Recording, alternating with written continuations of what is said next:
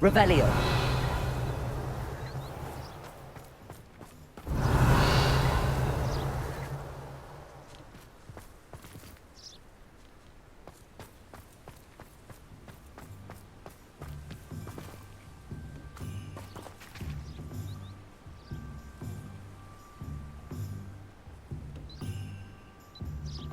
Are you ready to put an end to Harlow?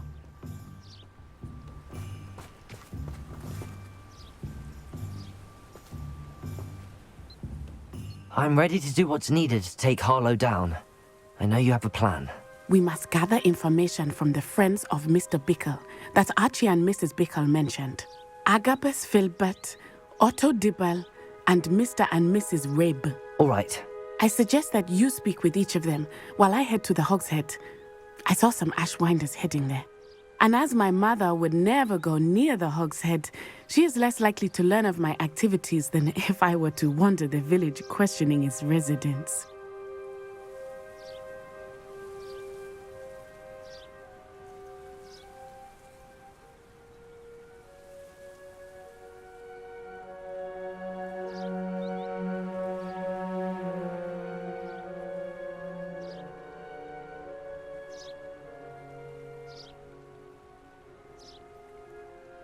Very well. I'll speak with them, see what I can learn. I knew I could rely on you. We need to know how they are being blackmailed by Rookwood and Harlow. Meet me here after you have spoken with them. Hopefully, by the time you return, I will be able to move a bit more freely.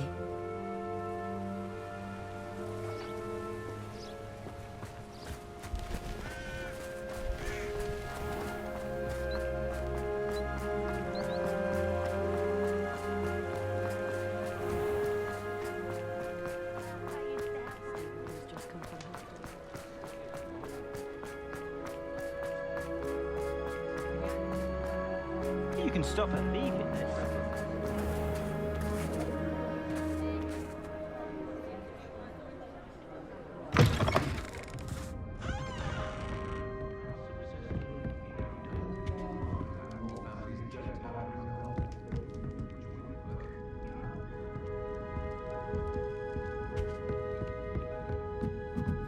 Mrs. Rabe should be nearby.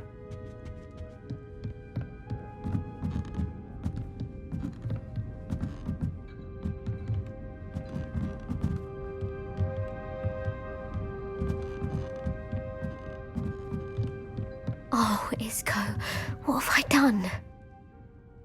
Mrs. Rabe, I wondered if I might speak with you about Theophilus Harlow. I'm a friend of the Bickles and I'm trying to gather evidence against him. Poor Joanna and little Archie. And now Harlow has taken my darling Isco. What do you mean? Why? I'm a security guard at Gringotts, and my husband is a curse breaker for them. Harlow approached me about helping him extort my colleagues into giving him treasures from the vaults. And you declined? Of course I declined. Repeatedly. I thought they'd given up, until I came home one night and found my husband gone, and a note affixed to my door with a knife. The note stated that I only had a few days to reconsider helping with some banking needs, and that my husband would appreciate it if I acted quickly. But the help Harlow wants is help that I cannot give, and my dearest Isco is paying the price.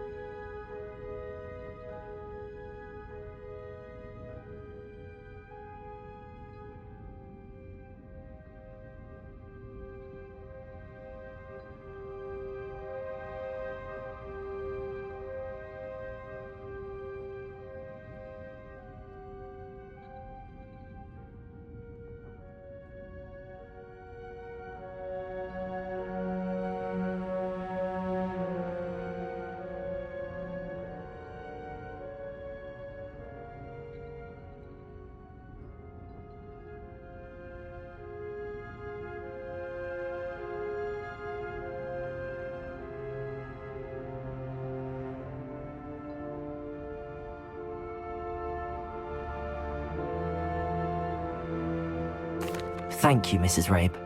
Knowing the lengths that Harlow will go to is helpful, albeit more than disturbing. Mr. Bickle was trying to help us, but now he's gone. I don't know what to do. I shall do all I can to get evidence against Harlow, Mrs. Rabe. Very well. Here's the note I received. You must be careful as well. Please don't put yourself in danger.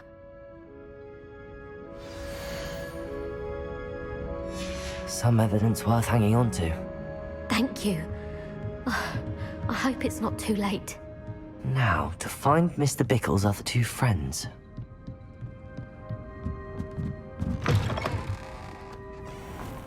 Otto Dibble works at Gladrags. I should check there.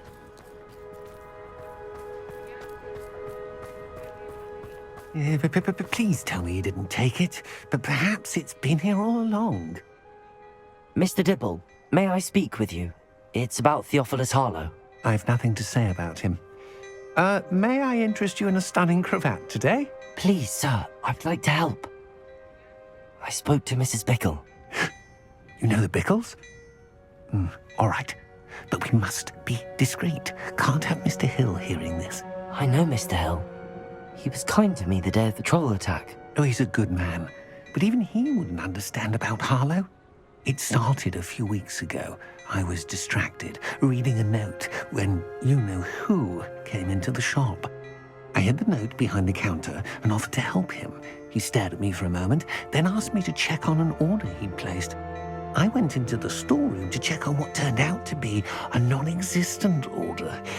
When I returned, he was holding the note. What was in the note? It was a note from Rosie Hill, Mr. Hill's daughter. You see, we've been, secretly engaged these past 6 months. We haven't told Mr. Hill yet. I dare say he has higher hopes for her. Harlow advised me in no uncertain terms that my relationship with Rosie, not to mention my employment here, depended upon my cooperation. What does he ask you to do? It all happened so quickly. In an instant, he took a very expensive scarf from the counter, pocketed it, and smiled. He said, "Your secret is safe as long as I can supply my lady friend with delightful items like this every so often." I've been able to cover for his requests until now with some creative bookkeeping, but I can't keep it up for much longer. I'm terrified to say anything. I could never live without Rosie.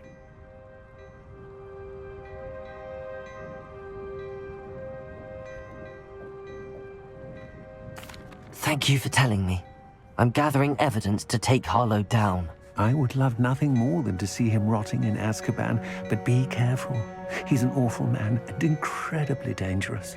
As for Rosie's letter, should you happen upon it, I have committed it to memory. You may destroy it immediately. Understood. Now hurry off before Mr. Hill returns. Well, We're on the right track. Now to find the last of Mr. Bickle's friends.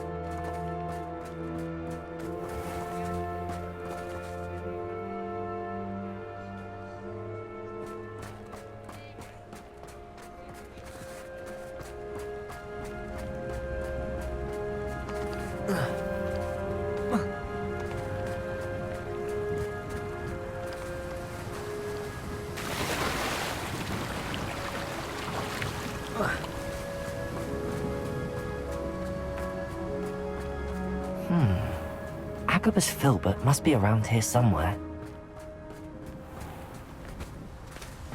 Hello there.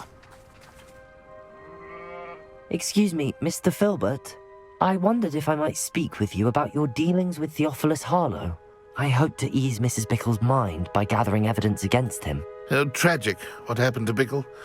He wanted me to speak out against Harlow for an act of violence committed against me. But I feared Harlow's retaliation, and so I refused.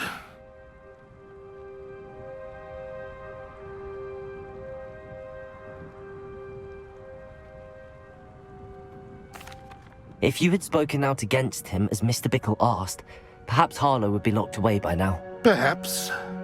But perhaps I would have suffered a similar fate. You said that Harlow committed an act of violence against you. Could you tell me what happened? Before my extraordinary wife, Dulcibella, passed away, She had just completed a small book of poetry. As a surprise for her birthday, one she never had the chance to celebrate, I had the book beautifully bound and plated in gold. One day, Harlow came calling to punish me for having spoken out against the Neanderthals that comprised Rookwood's lot. Before I knew it, I'd been petrified, and Harlow was rifling through my home. He found the book of poetry, with its exquisite gold plating. I watched helplessly, lying there in my entranceway as he walked away with the book, laughing as he went. I was shaken to my core. Still am, to be honest. I imagine you fear Harlow retaliating again, but do you mind if I share this information with Officer Singer? I suppose I have no choice. This extortion can't go on forever. You can pass it on to anyone who may be willing to help. Harlow does not like people talking, as you already know. I've spoken with Mr. Bickle's friends. Now to find Natty.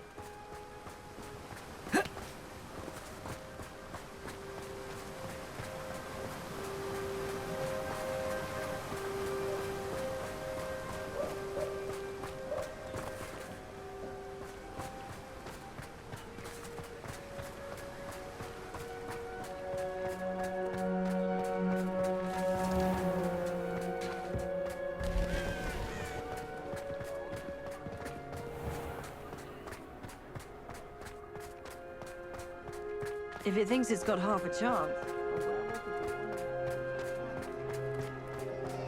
Oh, the work it takes to keep it from